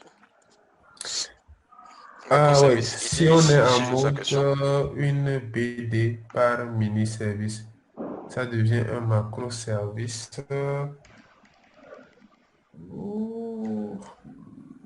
Non, pas vraiment, ça dépend. Quand on dit macro, vraiment, c'est que c'est gros, quoi. Très, très, très gros. C'est comme je l'ai dit, c'est beaucoup plus une affaire de philosophie. c'est comme la problématique que pose le microservice. Quand on te pose la question, jusqu'à quel niveau, ou bien comment est-ce que ça doit être petit pour qu'on parle de microservice? Vous voyez, ce n'est pas une question auquel tu peux répondre très facilement. Et chacun donne son avis, en fait. Vous voyez. Et par rapport à ce que j'ai raconté comme, comment on appelle, par rapport à mes recherches, voilà, je vous l'ai dit, ils disent, si tu peux recréer ça, ou bien recoder ça en un mois, c'est acceptable. Si tu ne peux pas, et qu'il te faut par exemple, je sais pas, 6 mois, par exemple, pour développer ce petit microservice, ce qui est supposé être un petit microservice, là, ce n'est plus un microservice, quoi. Mais bon, voilà, en fonction de différents contextes, voilà, ça peut changer. Ce n'est pas quelque chose qui est vraiment figé. Ok, moi j'ai une question. C'est par rapport aux différentes interactions entre les mini-services. Voilà. Donc, ça dit, avez-vous des conseils à partager, des techniques? C'est-à-dire, supposons que par exemple, on a un mini-service A qui a besoin des informations ou des éléments qui se trouvent dans la base de données du mini-service B. Voilà. Avez-vous des conseils si le mini-service A peut le tapoter dans la DB du mini-service B? Voilà. Oui, en effet, quand on est en statut mini-service, voilà, on a cette facilité-là, c'est-à-dire on ne se casse pas la tête avec les différents, comment on appelle, règles d'un microservice parfois. Donc, par exemple, un mini-service A peut aller lire dans la base de données d'un mini-service B. Mais il n'est pas conseillé d'aller écrire dedans. Ça, c'est ce que, en tout cas par rapport à mon expérience, c'est ce que je recommande. Lire, oui, mais ce n'est pas recommandé d'aller écrire dedans. Pourquoi? Parce que quand vous avez deux mini-services, le code change, ok? Gare à vous si demain, le modèle ici a changé et le modèle de l'autre côté n'a pas changé. Il va y avoir un clash au niveau de la base de données. Donc, à moins que, comme je l'ai dit, vous pouvez créer des librairies. Donc, à moins qu'il y ait une librairie ou bien, comment on appelle, un ensemble de classes qui sont partagées par les deux mini-services, qui fait que si ça change, c'est changé pour les deux mini-services. Dans ce cas, ils peuvent vraiment partager la base de données, écrire et lire. Mais si ce n'est pas le cas, comme je l'ai dit par exemple dans le cas du livre, où le livre peut avoir une représentation différente dans un service et l'autre dans l'autre, n'est-ce pas? Donc en réalité, vous allez créer un contrat. Vous allez créer un DTO ou bien un modèle de partage entre les deux mini-services. Donc, vous allez voir quelles sont les informations dont a besoin le mini-service A. OK? Et vous allez peut-être créer un endpoint pour ça. Et quand le mini-service A va appeler le mini-service B, le mini-service B va donner seulement ces informations dont a besoin le mini-service A. Je ne sais pas si ça répond à votre question.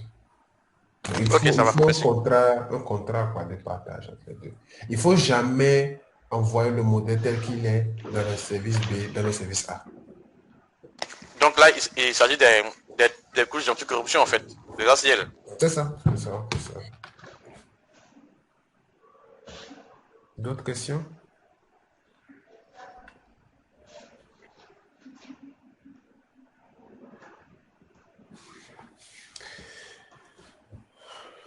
Je pense que s'il n'y a pas d'autres questions, je pense que je vais m'en arrêter là.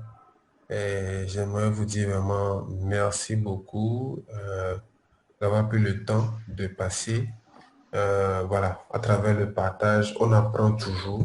Je continue d'apprendre chaque jour. Tous les jours, je suis étonné. Et j'espère aussi pouvoir continuer à partager le peu que je connais avec vous tous. Merci beaucoup. Merci beaucoup à Koussi. Ce fut vraiment un réel partage. et j'ai vu l'engouement de tout le monde. C'est vrai, c'est vendredi, il est 22 heures. Et en tout cas, ton thème était tellement intéressant qu'on n'a pas vu le temps passer. Encore merci beaucoup pour ton intervention. Alors, donc pour conclure, généralement Open Lab fait deux webinaires par mois et nous sommes à notre deuxième webinaire qui s'est achevé avec la présentation de COSI. Et pour ce mois, je pense que c'est le dernier webinaire. Et le mois prochain, nous allons reprendre le webinaire avec quelqu'un qu'on connaît déjà, c'est-à-dire de M. Azedine. Il nous avait présenté le thème DevSec et cette fois-ci, il revient avec DevSecOps pour la deuxième session, c'est-à-dire la deuxième partie où il nous a dit qu'on allait mettre en pratique tout ce qu'il nous avait dit en théorie. Et la date à retenir, c'est la date du 19 juin, samedi 19 juin, de 18h à 20h. Donc, d'ici là, on reviendra dans le groupe WhatsApp pour vous présenter, pour vous donner la suite des informations. Sur ce, soirée à tous et à la date du 19 pour le prochain webinaire de Open Lab Consulting.